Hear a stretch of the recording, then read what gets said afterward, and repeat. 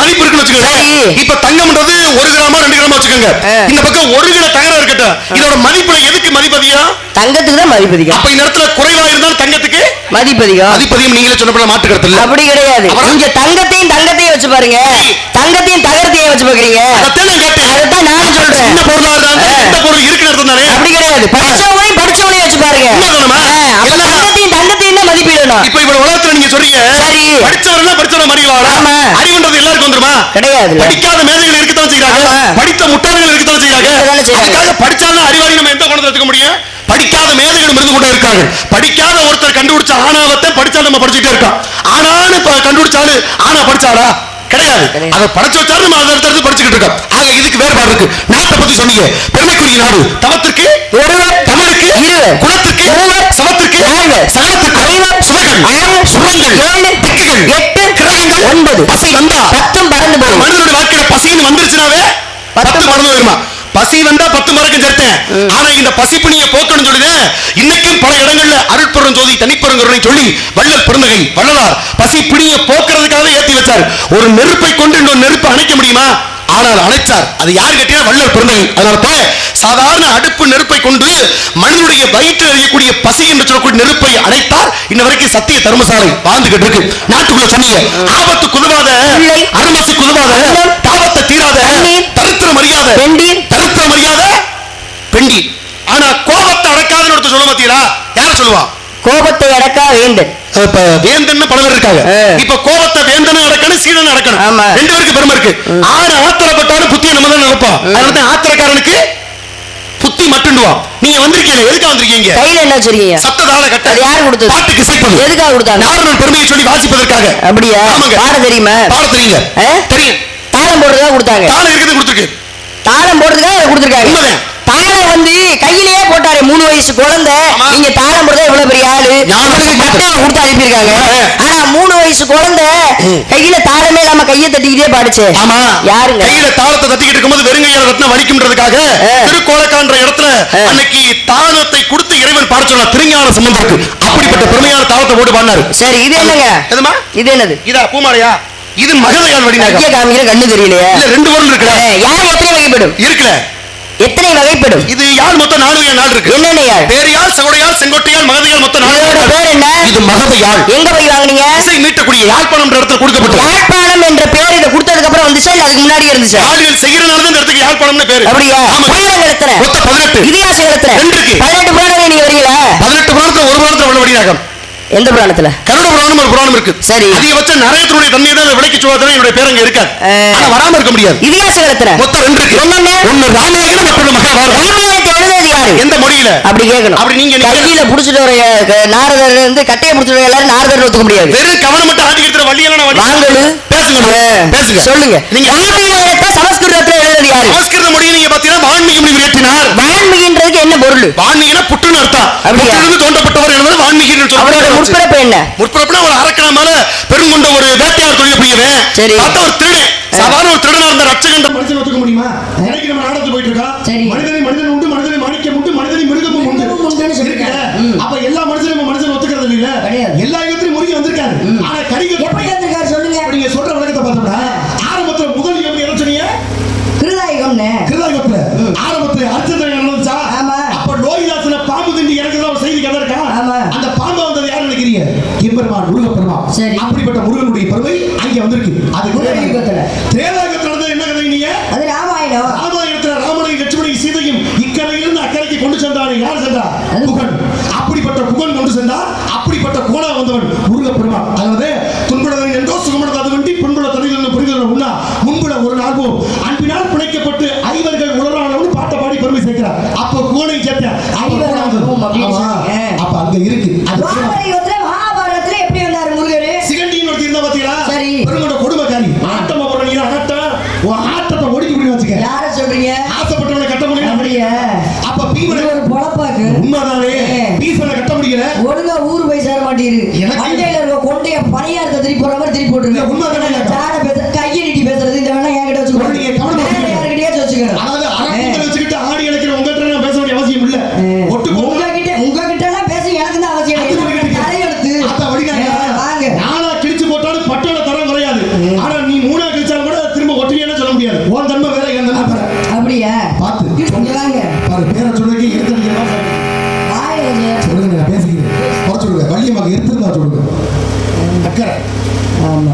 சொன்ன மஜாக்குல இப்ப பேசுவோமே. கிழிச்சதுன்னு சொன்னீங்கல்ல, ஆமா. என்ன சொன்னீங்க? கிழிச்சதுன்னு ஏதோ சொன்னீங்க. ஆமா, என்ன சொன்னீங்க? இப்ப கிழிச்சதுன்னு பட்டு துணியை எவ்வளவு கிழிச்சு போட்டாலும் தரம் குறையாது. பட்டு பட்டு தானே, அப்படியா? பட்டுக்கு மரியாதை இருக்குல்ல. நீங்க சொல்றீங்க இந்த இடத்துல கிருதாயுகம் எத்தனை ஆண்டு நடந்துச்சு? கிருதாயுகம் எத்தனை ஆண்டு? கிருதாயுகம்ன்றது 12,28,000 வருஷம் நடந்தது. திரேதாயுகம் 12,96. துவாபரயுகம் 8,64. கலியுகம் 4,32. மொத்தம் சேர்த்து 43,20,000 வருடங்களை கொண்டது. இது சதுரிய கணக்கு. இந்த கிழிச்ச கதையை சொன்னீங்கல்ல, கிழிச்சது யாரு? கிழிப்பட்டவை யாரு? கிழிக்க சொன்னவை யாரு? கிழிச்சது யாரு அப்படின்னு கேட்டீங்கன்னா சரவசந்திரன் சொல்லக்கூடிய உடலை பீமனாகப்பட்டவன் கிழிச்சான். கிழிச்சது பீமன், கிழிக்க சொன்னது மேல இருந்து கிருஷ்ணன். இப்படியெல்லாம் கிழிச்சா கிழிவிடாது. இதெல்லாம் வச்சு நிக்க வச்சு கிழிச்சா சரிவிடாது. ரெண்டா கிழிச்சு தலப்பு மாத்தி தூக்கி போட்டாதே திரும்ப விட்டாது. அவங்கள்ட்ட திமுரு மறுபடியும் எத்தனை நாள் கிழிச்சாங்க ஒட்டிக்கிட்டாதுங்க. உன்னை எனக்கு எப்படி கிழிக்கிறேன் பாரு. கிழிச்சா இந்த வரைக்கும் தேதி படத்துல கிழிக்க போதா இன்னைக்கு என்னத்தை கிழிக்க போறோம்னு நினைச்சு கிழிக்கிறாருனால என்கிட்ட வந்து எப்படி கிழிச்சேன்னு கேட்டுக்கிட்டீங்க. சரி போயிட்டு போறோம். உங்களை கேட்கல, நீங்க என்ன கிழிக்க போறீங்க நான் கேட்கல. சொல்லிக்கிட்டு கிழிச்சது யாரு? பட்டவன் கிழி பட்டவன் யாரு கேட்டீங்கன்னா சராசந்தன். இப்படித்தான் கிழிக்கிறேன்னு சொன்னது கிருஷ்ண பரமாத்மா. சரி நான் கேட்கிறேன், போடுமா இப்படி கேட்கிறீங்க. நெத்தில நீ என்ன போட்டுருக்க? நான் பட்டை போட்டுருக்கேன். பட்டைக்கு பேர் என்ன தெரியுமா? பசுபதி பாசம் சொல்லி முப்பட்டை. யாரை நினைச்சிருக்கீங்க போட்டுருக்கீங்க? நான் முருகப்பெருமான் நினைச்சு போட்டுருக்கேன். முருகனுடைய தந்தை யாரு? அது சிவபெருமான். சிவனுக்கு மூத்த பிள்ளை யாரு? அது விநாயக பெருமான். பிள்ளையார் தானே? ஆமா. பிள்ளையார் தானே? ஆமா. மாட்டுக்கத்து இல்லையே கிடையாது. இந்த பிள்ளையாருடைய தோற்றம் எப்படி இருக்கும்? இது யானை முகத்தை கொண்டவர். யானை முகம் கொண்டவர். ஆமா. ஆனா உடல் எப்படி இருக்கும்? பூத உடல். ஆமா. யானை தலை. இத்தனைக்கு பரமேஸ்வரன் அவர் சொல்லிதானே தொடங்குறாரு. எந்த ஒரு வேலைக்கு போனாலும் யாரை வணங்கணும்? முதல்ல விநாயக பெருமானை தான் வணங்கணும். விநாயகரை சொல்றதானே ஆரம்பிக்கணும். விநாயகருடைய ரூபம் எப்படி இருக்கு? நீங்க யானை தலையே பூத உடல் தானே இருக்கு. ஒரு இடத்துல தலை இல்லாம ஒரு விநாயகர் இருக்காரு. எங்க முடிக்கு நீ வித்தாடு சொச்சாடு வச்ச மாதிரி எந்த ஊர்ல விநாயக பெருமானுக்கு தலையே கிடையாது. தலையே இல்லாம முதல் சாமி கும்பிட போவோமா? அது அலங்கோலமா இருக்காது. அதை பார்க்கும் போது ஒரு மன அமைதிக்கு தான் கோயிலுக்கு போய் சாமி கும்பிடுறோம். சாமிக்கு தலையே இல்லைன்னா கும்பிடும் போது நமக்கு எப்படி இருக்கு?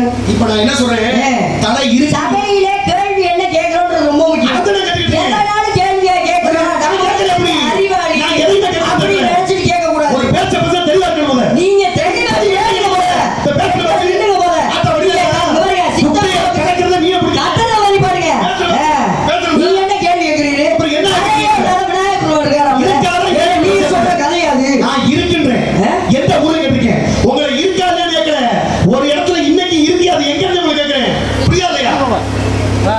சொல்ல தெரியுமான்னு சொல்லுங்க. நீங்க சொன்னீங்கல்ல, நீங்க சொன்னீங்கல்ல, எந்த செயலை செஞ்சாலும் விநாயக பெருமானை வழிபட்டுட்டு தான் அதுக்கப்புறம் எந்த செயல்.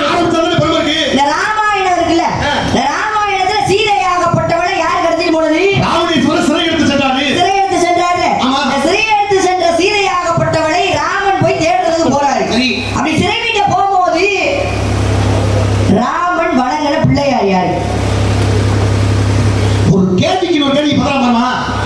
நான் ஒரு கேள்வி கேட்டா நீ என்ன மறுப்பு கேக்குற? சொன்னா அப்படி முடிக்க கூடாது.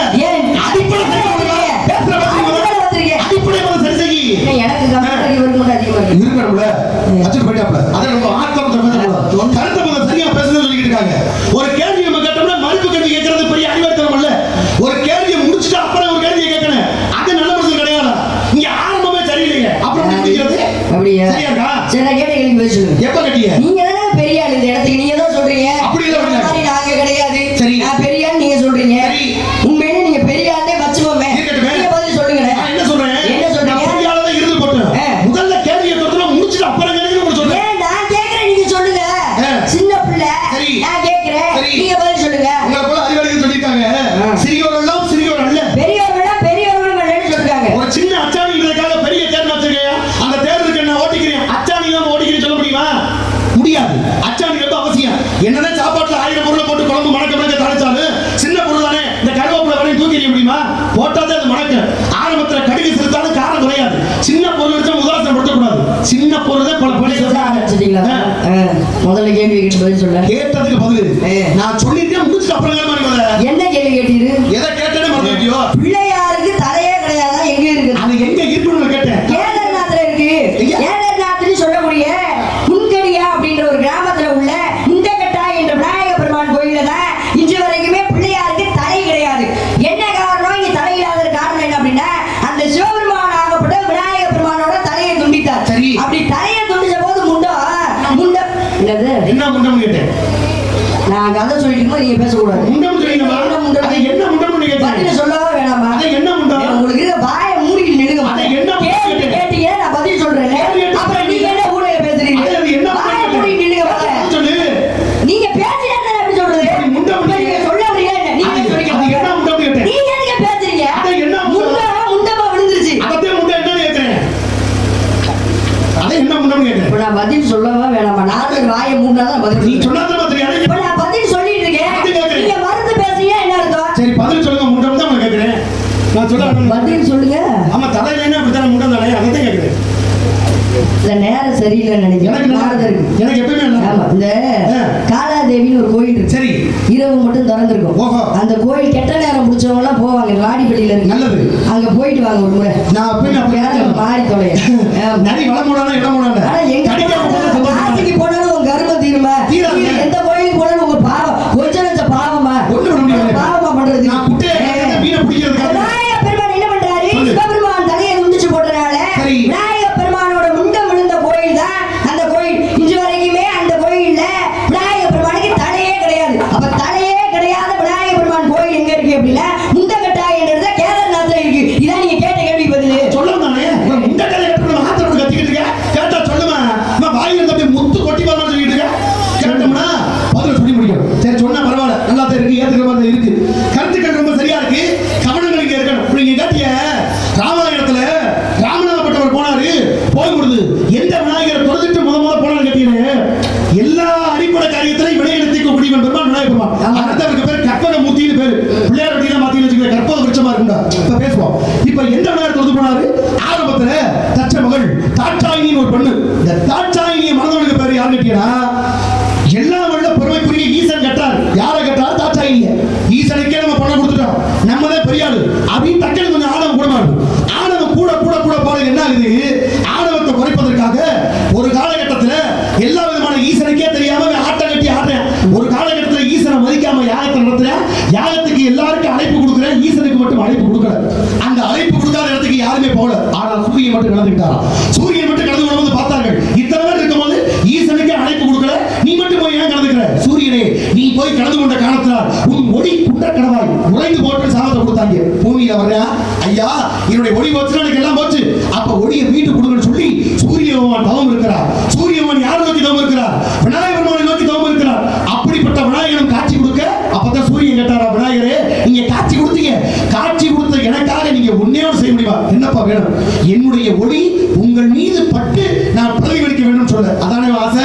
உன் ஒளி என் மீது படட்டும் சொல்லும் பொழுது வெயிலாகப்பட்ட சூரியனுடைய அந்த வெயிலுடைய தாக்கம் அந்த கதிராகப்பட்டது இன்னைக்கும் விநாயகர் மேலே பட்டது. அப்படிப்பட்ட விநாயகர் தான். அந்த விநாயகரை தொழுதுதான் ராமநாதப்பட்டவை சீதையை மீட்டு வர போனார். அந்த விநாயகர் எங்க இருக்க தெரியுமா? எங்க இருக்க? இன்னைக்கும் ராமநாதபுரம் மாவட்டத்தில் உப்பூர் விநாயகர் நெய்லுந்த விநாயகர்னு பேரு. தேவைப்பட்ட பக்கத்துல இருக்கு. ராமநாதபுரம் மாவட்டம் உப்பூர்ல நெய்லுந்த விநாயகர்னு பேரு. அந்த விநாயகரை தொழுது விட்டு ராமன் சென்றார் என்பது இன்னைக்கும் அந்த புராணத்துடைய ஸ்தல வரலாறு. இருக்கா இல்லையா? இருக்குல்ல. போட்டுருக்கீங்க பட்டை நான் போடுங்க ராமம். பட்டை இல்ல நான் போடுறது ராமம். ஆமா பட்டை இல்ல ராமம் தானே. ராமமா ராமமா ராமம் அப்படினா தமிழ் பேர் என்ன? தமிழுடைய பேர் என்ன கேட்டினா அர்த்தன் ராமம் பிரம்மம்னுக்கு பேரு இருக்கு இல்லையா? மூர்த்தி அம்சமா இருக்கு. யாரை நினைச்சு அத போட்டீங்க? பெருமாள் நினைச்சேன். பெருமாளை நினைச்சு போட்டீங்க. கண்டிப்பா. பெருமாள் வந்து எந்த கோலத்துல எல்லாம் பூமியில காட்சி தருகிறார்? பெருமாளுக்கு கோலம் அப்படி பாத்தீங்கன்னா நின்ற கோலம், அமர்ந்த கோலம், கிடந்த கோலம், மொத்தம் 3 கோலம் இருக்கு இல்லையா? ஆமா. இந்த சைன கோலத்துல எங்க இருப்பாரு? பெருமாள் வந்து பெருமாள் மட்டும் தான் சைன கோலத்திலே இருப்பாரு. சரி. இந்த சைன கோலத்துல பெருமாள் எங்க இருக்காரு? சைன கோலத்துல பெருமாள் பாத்தீங்கன்னா இன்னைக்கு திருக்கோஷ்டிலாம் போறீங்க படுத்த நிலையில இருக்காரு. நின்ற கோலம், அமர்ந்த கோலம், நடந்த கோலம் மூணுமே அங்கதான். அப்படிப்பட்ட திருவரங்கத்துக்கு போறீங்க. திருப்பதியை பார்த்தா நின்றுகிட்டே காட்சி கொடுப்பாரு. இது நின்ற கோலம். நான் கேக்குறது உங்களுக்கு புரியுதா? 3 கோலம் பேசணும்னு பேசுறீரா? படுத்தவன்னு சொல்லிட்டேன். சைன கோலத்துல மட்டும் இருக்கிறது கோலத்துல எந்த போய் கேட்டேன். திருக்கோஷ்டி ஊர் ஆரம்பிச்சு சொன்ன கால்ல வாங்குறீங்களா இல்லையா? சரி வேற எங்க படுத்த மாதிரி இருக்காரு? வேற எங்க வந்து திருச்சி ஸ்ரீரங்கத்துல அரங்கல படுத்துக்கிட்டு இருக்காரு. ஸ்ரீரங்கத்துல. ஆமா. இங்க எல்லாம் வந்து பெருமாளாகப்பட்டவர் சைன கோலத்துல காட்சி தருகிறார். சிவபெருமான் எங்கயாச்சும் சைன கோலத்துல காட்சி தராரா?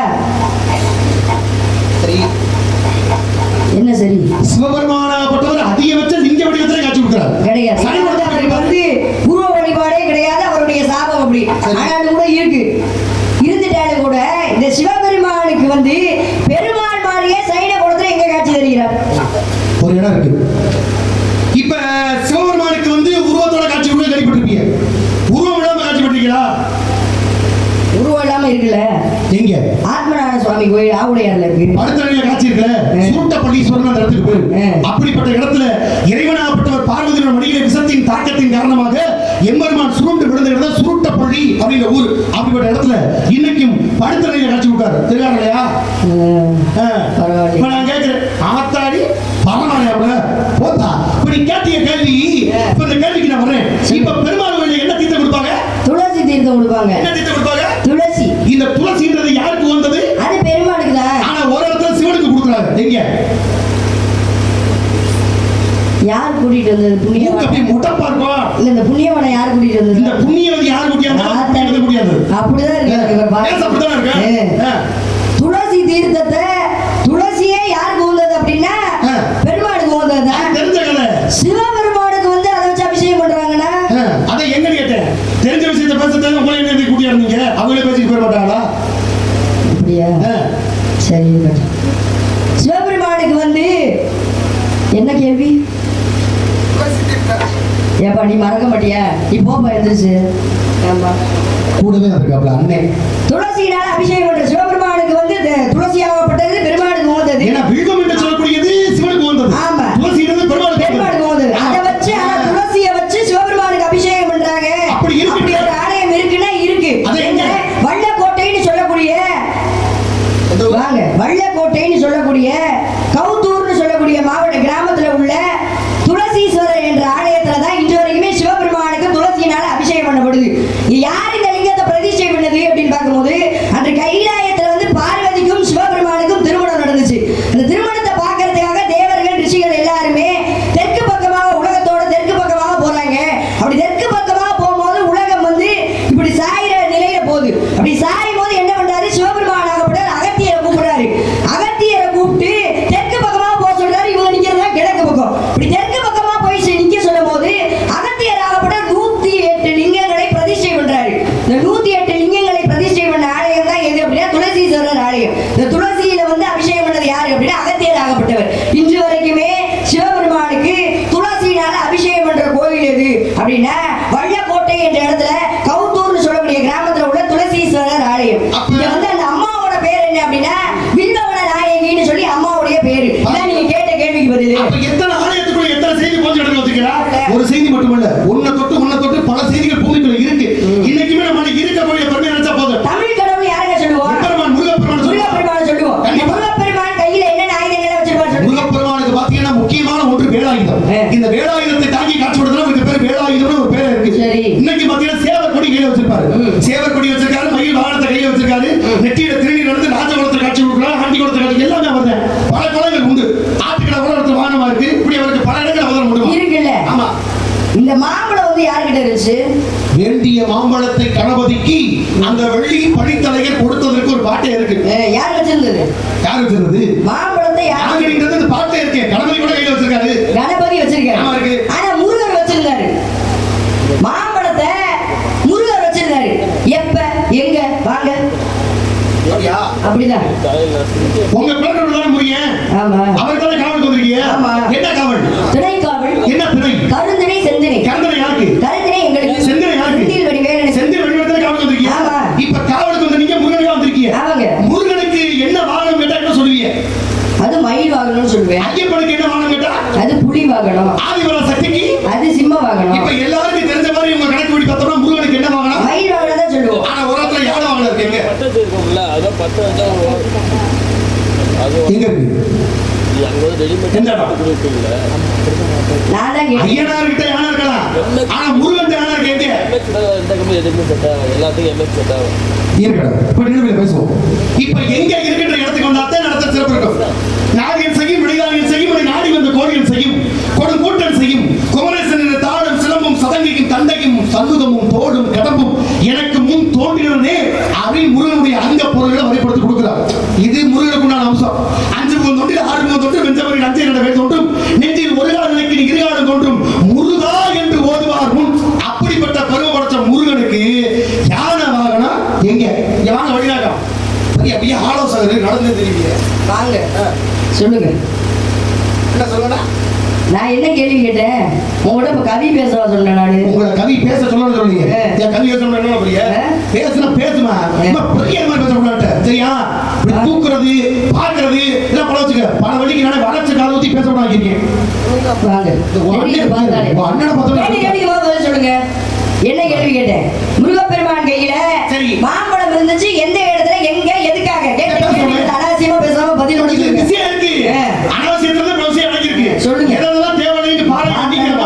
இருக்கத்தான் செய்யும் எப்பயுமே அறிவாளிகள் மாசாணியம்மன் கோயிலுக்கு போய் இந்த வேலை நிறுத்த சொல்லி மண்டபத்தை அரைச்சு அப்பன்னு நம்ம ஊர் பக்கத்து மண்டபம் போய் தப்பு நீங்க அந்த பக்கம் தான் சுத்திட்டு இருக்கீங்க நான் கேள்வி கொல்ல முடியாது கேள்விப்பட்டிருக்கீங்களா அந்த காசு வெட்டி போடுறது ரொம்ப பிரசித்தி பெற்ற ஆலயம் உங்களை சீக்கிரம் கூட்டி நல்லா நினைக்கிறேன் நல்லா புத்தியாவது கொடுப்பாரு செவத்து கூட ஒரு 4 ஏன் இப்ப என்ன புத்தி இல்லாம இருக்காங்க செவத்து கூட ஒரு 4 மூணு இருக்கு வள்ளி கூட 6 மூணு சேர்த்து கூட கடவுளே நான் சாமியை கும்பிட்டாலும் முடியும் சரி 7 அறிவு எதை வச்சு சொன்னாங்கன்னு தெரியல இருக்கதான் முடியும் இப்ப நீங்க அவுச்சிட்டு மாதிரி பேசுறீங்க அறிவை அவுச்சிட்டுனா தப்பு இல்ல ஏட்ட கேளுங்க பதில சொல்லப்பா ஒவ்வொரு இடத்துக்கு முன்னாடி ஒரு பின்னணி உண்டு அவுச்சிட்டுறவனுக்கு அறிவு அதிகமா இருக்கு சும்மா இருக்கிறவனுக்கு அறிவு இருக்காது எது உங்களால உங்க வாய் கொஞ்ச நேரம் பேசாமலே இருக்காதா இருக்காது நம்மளுடைய பேச்சு பதில சொல்லிட்டு அதுக்கப்புறம் பேசுங்க பதில சொன்னது பேசணும் ஆமா இப்ப பதில சொல்லிட்டு அப்புறம் பேசணும் பதில சொல்லிட்டு நீங்க பேசுங்க எல்லாம் அறிவாளின்னு நான் ஒத்துக்கிறேன் செய்கிறது தப்பு இங்க ஒண்ணு எனக்கு பட்டம் தரவேனா பூசா ஒண்ணு இப்ப நீங்க கேட்ட கதைக்கு மத்தியில ஆரம்ப காலகட்டத்துல கணபதி கையுடைய தான் மாம்பழம் இருக்கு எல்லாம் தெரியும் இது கதையில் ஒரு பாடல் கூட வந்திருக்கு ஆனால்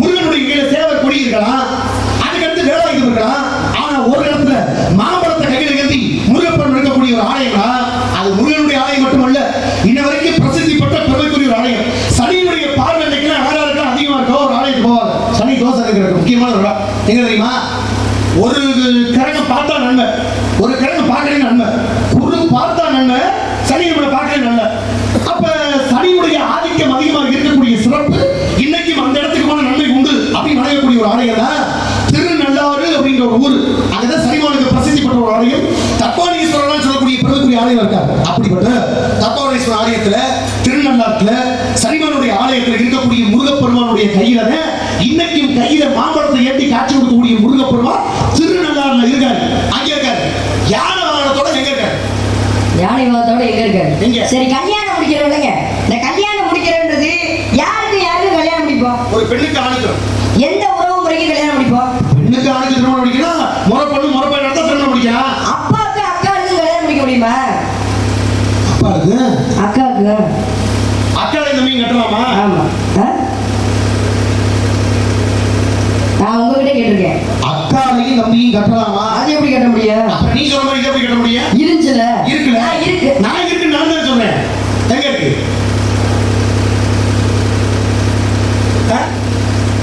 எங்க இருக்கு நான் என்ன கேட்டேன் நீ என்ன கேட்டிருக்கீங்க அப்பாவுக்கு அக்காவுக்கு கல்யாணம் நடக்குமான்னு கேட்டேன் அப்பாவையும் அக்காவுக்கும் தம்பிக்கும் கல்யாணம் நடக்குமான்னு கேக்குறீங்க அதை கேட்கற நீ இப்படி கேட்டா நான் கேட்க மாட்டேன் இருக்கட்டும் கேள்வியே அடுக்க கூடாது அதான் நான் சொல்லிட்டேன் விநாயக பெருமாளுக்கு யானை வாகனம் எப்படி வந்துச்சு எங்க இருக்கு அப்படின்னா விநாயகர் காகட்டே முருகப்பெருமானுக்கு ஏன் கேள்வி எனக்கு தெரியா சரியா இருக்கா முருகப்பெருமானுக்கு யானை வாகனம் எங்க இருந்துச்சு அப்படின்னா அந்த அரிகேசன் என்ற அரக்கனை இந்திரனாகப்பட்டவன் அழிக்க போறாரு அப்படி அழிக்க போகும்போது என்ன ஆகுது போரிடும் போது அவருக்கு சோகம் உண்டாகுது சக்திகளை எல்லாருமே இழந்துடுறாரு அப்படி இழக்கும் போது இந்த சுவாமி மலையில இருக்கிற முருகப்பெருமான் கிட்ட போய் தவம் இருக்காரு அப்படி தவம் இருந்து அவரோட சக்திகளை எல்லாம் பெறாரு இந்திரனாகப்பட்டவன் முருகப்பெருமான் போய் தவம் இருந்து சுவாமி மலையில அவரோட சக்தியை எல்லாம் திரும்ப பெற்றனால அவருக்காக ஏதாச்சும் நன்றி கடன் செய்யணுமே அப்படின்றதுக்காக அவரோட ஐராவதம் என்ற வெள்ளை யானைய முருகப்பெருமானிடம் கொடுத்துட்டு போறாரு.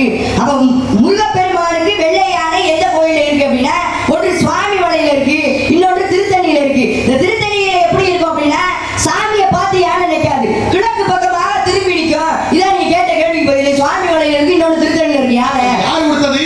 தன்னுடைய மாமனாராகப்பட்டவர் அந்த இடத்துல ஐராவதம் மொத்தம் செல்வ செழிப்பு போயிரு பார்வை மட்டுமாவது என் பேர்ல இருக்கணும் சொல்லி அவரை பார்த்து அங்க திரும்பி இருப்பான். இந்த திசையை பார்த்து அது அப்படிப்பட்ட பலம் இருக்கு. சரி, இப்ப நீங்க கேட்டீங்க அக்காளுக்கு தம்பிக்கு கல்யாணம் பண்ணது எங்கன்னு கேட்டேன். எங்க நான் கேட்டது வேற. அத்தாளையும் அப்பாளையும் கட்டி வைப்பா கட்டி வைக்க முடியுமா? அதே ஊடகத்துடைய சிறப்பு நடைமுறைக்கு சாத்தியமா? அது என்ன அக்காளையும் அப்பாவையும் கட்டுறது? வார்த்தைகளுக்கு பலம் இருக்க முடியாது.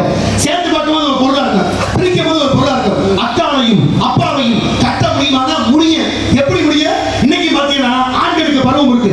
காலை விடலை முதுகு என்ற மாதிரி பாலன் மீதி மரவன் தலையன் காலை விடலை முதுகுன்னு சொல்லி ஆண்களுக்கு 7 வகை பருவம் இருக்கு. 7 வகை பருவத்துல ஒரு பருவம் தான் காலை அப்படிங்கிற சொல்லு ஆணையும் அப்பாவையும் அப்படின்னா பாவையினா பெண்ணு நடத்த ஒரு பெண்ணையும் அக்காலை என்று சொல்லக்கூடிய ஒரு ஆணையும் அப்பாவை என்று சொல்லக்கூடிய ஒரு பெண்ணையும் ஒரு பெண்ணையும் ஆணையும் திருமணம் முடிச்சு வைக்கலாம். இப்ப அக்காலையும் அப்பாலையும் கட்டலாம் நான் சொல்லிட்டேன். அக்காலையும் தம்பியும் கட்டலாமா நீ சொல்லு. பரவாயில்ல, தமிழ்ல இருந்து அப்படி கேட்டேன், நீங்க சொல்லிட்டீங்க.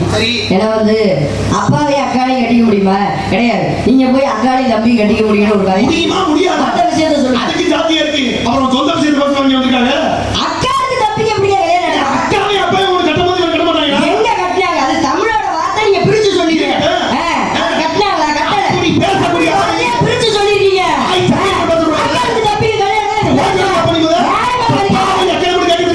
அப்ப என்ன செஞ்சிருக்கேன் தெரியாத கட்டிக்கிட்டு பேசாம எதுக்கு சாமி இருக்குன்னு கேட்டு நீ போயிருக்கமா இல்லையா? அப்ப இதை மட்டும் கேட்கிற எது கேட்கிற?